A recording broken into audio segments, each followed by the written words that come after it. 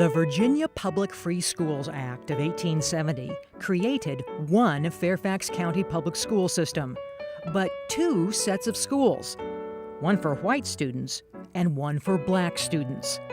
Up until this time, it had been illegal in Virginia to educate black children.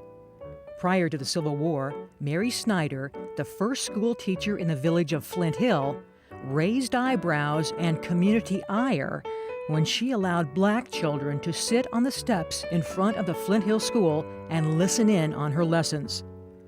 By 1872, there were 36 schools for white students and 13 schools for black students in Fairfax County. The county was very rural, and farming drove the economy. Children didn't begin school until after the harvest was complete. The average length of time children were in school each year was less than 5 months. By 1905, there were 75 schools for white children and 21 schools for black children in the county.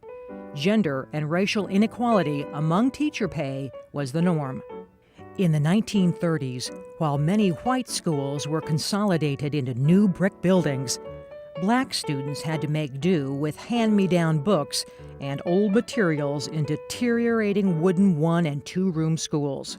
Black school teachers like Louise Archer and Lutie Lewis Coates would often cook vegetable soups on the pot-belly stove used to warm the building to feed their students, many of whom could not afford their own lunches.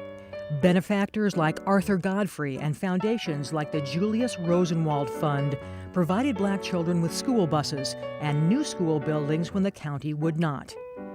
In 1954, the landmark Supreme Court case Brown v. Board of Education declared that laws creating separate public schools for white and black students were unconstitutional.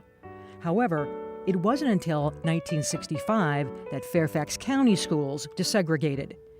95 years after the founding of the school system, the two sets of schools finally became one.